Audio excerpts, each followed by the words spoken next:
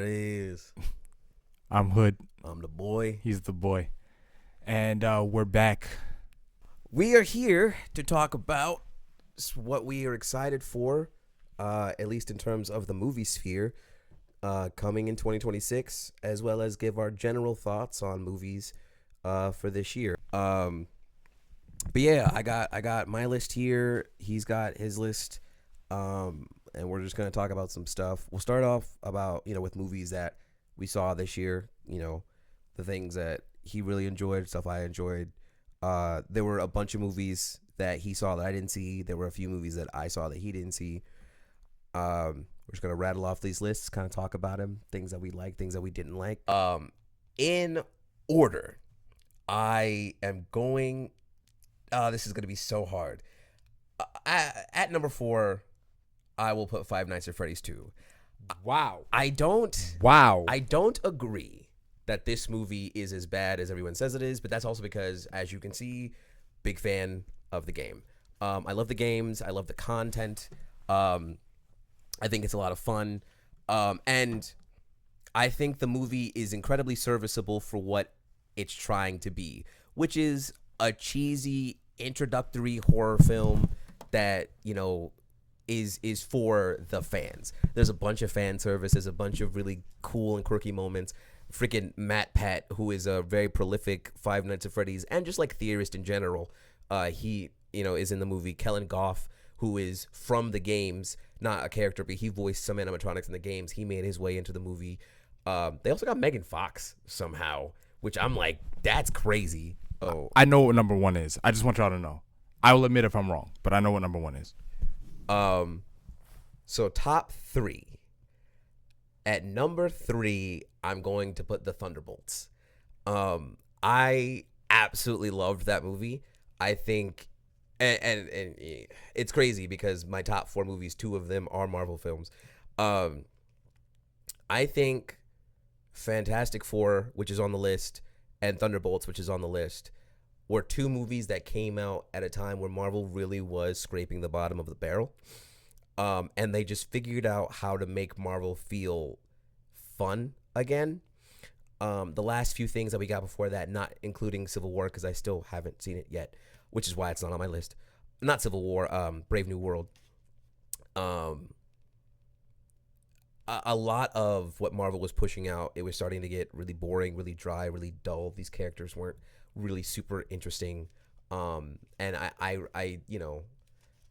me personally, what I was looking for in superhero films, I absolutely was just like, man, this is tough. I really want Marvel to make its way out of these trenches. And then Thunderbolts came out May 2nd, and I was like, oh my god. And I'm never gonna be the one that's like, Marvel's back, because me personally, I can enjoy a Marvel film for what it's worth, even if it's bad. I can just always recognize though that Marvel's not where it was. And this was the first time in a while where I was like, wow, not only does it feel like Marvel is kind of getting out of this slump, but it's also like got comedy in the right places. It's got these emotional moments that feel earned and deserved, and it mixes it all very, very well. Again, I do agree with him. You would see this when we talked about this the last time. I do think that the way that they handled the Taskmaster situation was absolutely wrong, which is why it's not higher up, because I do think that is a very big blemish in the film. But that aside, I think I actually just really loved everything else. I would really like to know what you think number 1 is. Sinners. Okay, so number 2 is Fantastic Four. And like, what can I say about this movie that I didn't say when we reviewed it? I loved that movie. I truly did. Just like it felt like watching Marvel hit the reset button, and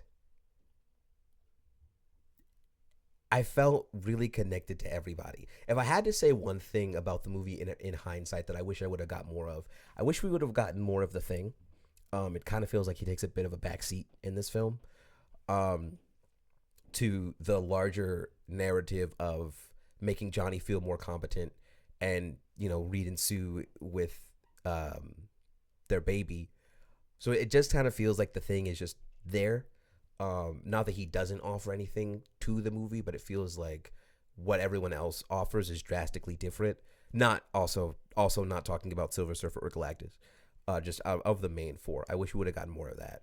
But outside of that, which I think is a very small gripe because he's there pretty much the entire time. It's just he doesn't really do much. And I think this is as close as you get to a faithful Fantastic Four story. And then he's right. Number one is Sinners. Sinners to me was the best movie that I saw this year. It was the first thing I saw this year. Came out April 8th.